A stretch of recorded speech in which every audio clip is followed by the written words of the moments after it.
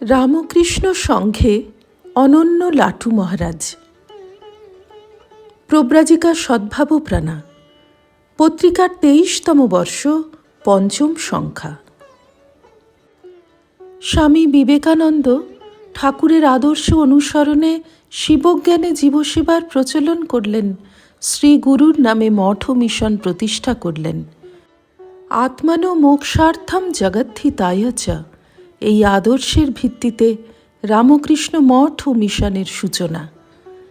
স্বামীজি অন্যান্য গুরুভাইদের এই আদর্শ প্রতিপালনে অনুপ্রাণিত করেছেন, কিন্তু লাটু মহারাজকে তিনি কখনো ওইভাবে অনুপ্রাণিত করেননি। কারণ স্বামীজি জানতেন লাটু মহারাজের জীবন স্বতন্ত্র, সাধন ভজনে তিনি নিবেদিত প্রাণ, তাঁর লোককল্যাণ স্পৃহা ভিন্নভাবে প্রকাশিত। জগতের মঙ্গল চিন্তায় তিনি সর্বদা প্রার্থনা পরায়ণ, অধ্যাত্ম সাধনাই তাঁর একমাত্র উপজীব্য। তাই কর্মযোগের অনুষ্ঠান দ্বারা শিবজ্ঞানে জীবসেবা তাঁর সাধন মার্গ নয়। মঠ স্থাপনার পরবর্তীকালে স্বামীজি যে নিয়মাবলীর প্রবর্তন করেন, সেই নিয়ম অনুসরণ করা লাটু মহারাজের পক্ষে সম্ভব হয়নি। তিনি স্বাধীনভাবে জীবন কাটাতে অভ্যস্ত ছিলেন। স্বামীজি লাটু মহারাজকে অত্যন্ত স্নেহ করতেন, উচ্চ অধ্যাত্ম সম্পদের অধিকারী বলে শ্রদ্ধা করতেন। লাটু মহারাজও তাঁর বিবেকানন্দ ভাইয়ের প্রতি আন্তরিক শ্রদ্ধাশীল ছিলেন। মঠ ও মিশনের আদর্শের তিনি ভূয়সী প্রশংসা করতেন। সংঘের প্রতি তাঁর আনুগত্য ও শ্রদ্ধা ছিল অসীম।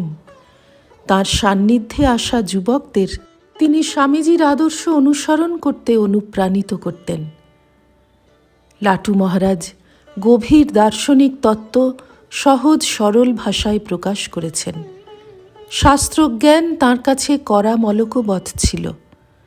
একবার স্বামী শুদ্ধানন্দজির সঙ্গে তিনি এক পণ্ডিতের উপনিষদ পাঠ ও ব্যাখ্যা শুনতে যান। কঠোপনিষদের একটি শ্লোকের ব্যাখ্যা শুনে তিনি আনন্দে বলতে থাকেন, এ সুধীর, পণ্ডিত ঠিক বলেছে। তাঁর প্রত্যক্ষ উপলব্ধির সঙ্গে পণ্ডিতের ব্যাখ্যার সামঞ্জস্য হওয়াতে বারবার তিনি একই কথার পুনরাবৃত্তি করতে থাকেন। আর একবার একজন নাস্তিককে লাটু মহারাজ বলেছিলেন, জুঁই ফুল দেখেছ, তার পাপড়ি কত ছোট, আবার তার উপর শিশির বিন্দু পড়ে দেখেছ, সেই অত ছোট শিশির বিন্দুর ভিতরে উপরে অনন্ত আকাশের প্রতিবিম্ব পড়ে। তেমনি ছোট বড় সব জন্তু মানুষের ভিতর সেই অনন্ত শক্তিমান ভগবান প্রতিবিম্বিত হন। লাটু মহারাজের জীবনে শাস্ত্রবাক্য যেন রূপ পরিগ্রহ করেছিল।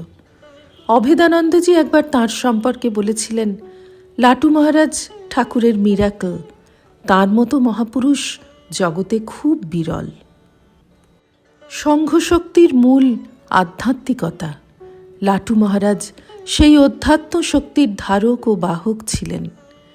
এইভাবে তিনি সংঘ সেবার অনন্য দৃষ্টান্ত স্থাপন করেছেন। শ্রীরামকৃষ্ণার্পণমস্তু।